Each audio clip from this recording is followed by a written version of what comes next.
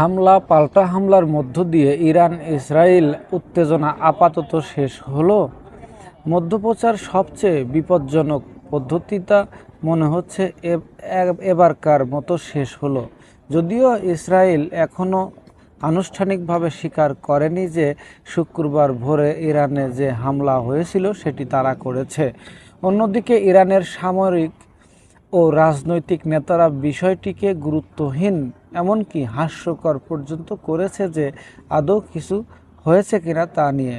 তবে শুক্রবার সকালে কী ধরনের অস্ত্র মোতায়েন করা হয়েছিল এবং তাতে কতটা ক্ষয়ক্ষতি হয়েছে তা নিয়ে এখনও অসম্পূর্ণ ও পারস্পরিক বিরোধী তথ্য আসছে।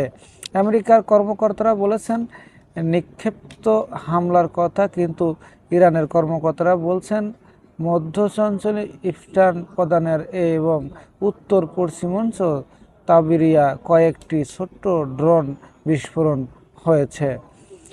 ভূপাতিত করা মাইক্রোস এয়ার ভেহিকেলের কারণে কোনো ক্ষতি বা হতাহতের ঘটনা ঘটেনি। ইরানের পররাষ্ট্রমন্ত্রী হোসেন আমির আবদুল্লাহিয়ান আধা সরকারি তাসনিম নিউজ এজেন্সিকে বলেন, কিন্তু এসব সাধারণ কোয়াডকপার হলো ইসরায়েলের এক ধরনের কলিং কার্ড, যা তারা ইরানের অভ্যন্তরে গোপন কার্যক্রম চালাতে কয়েক বছর ধরে ব্যবহার করেছিল। এবার তাদের প্রধান লক্ষ্যবস্তু ছিল ইস্পাহান, যেখানে দেশটির চমৎকার ইসলামী ইতিহাস রয়েছে।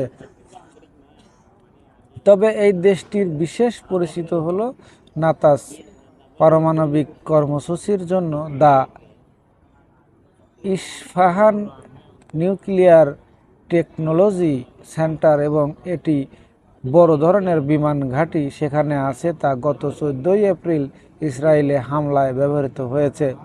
এছাড়া এটি ড্রোন ও ব্যালিস্টিক ক্ষেপণাস্ত্র তৈরির কারখানাও একটি কেন্দ্র। সেখান থেকেই শত শত ক্ষেপণাস্ত্র উড়ে গেছে ইসরায়েলের দিকে। সুতরাং সীমিত হলেও এটি ইরানের দিকে শক্ত বার্তা নিয়ে গেছে যে ইরানের প্রাণকেন্দ্রে আঘাত করার মতো গোয়েন্দা সামর্থ্য ও সরঞ্জাম ইসরায়েলে আছে।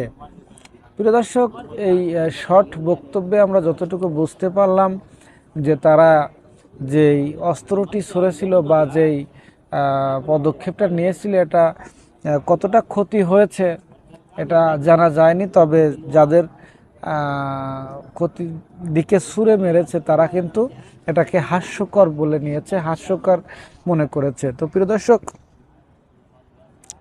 এরকম আরও তথ্য পাওয়ার জন্য আমাদের পেজটি ফলো দিবেন। আমাদের ইউটিউব চ্যানেলটি আমাদের গল্প, এই চ্যানেলটি আপনারা সবাই সাবস্ক্রাইব করবেন এবং পাশে থাকা বেল আইকনটি বাজিয়ে দিবেন নতুন নতুন ভিডিও সবার আগে পেতে। প্রিয় দর্শক, আজকে পর্যন্তই। ভালো থাকবেন, সুস্থ থাকবেন, সবাইকে নিয়ে হ্যাপি থাকবেন। আল্লাহ হাফেজ।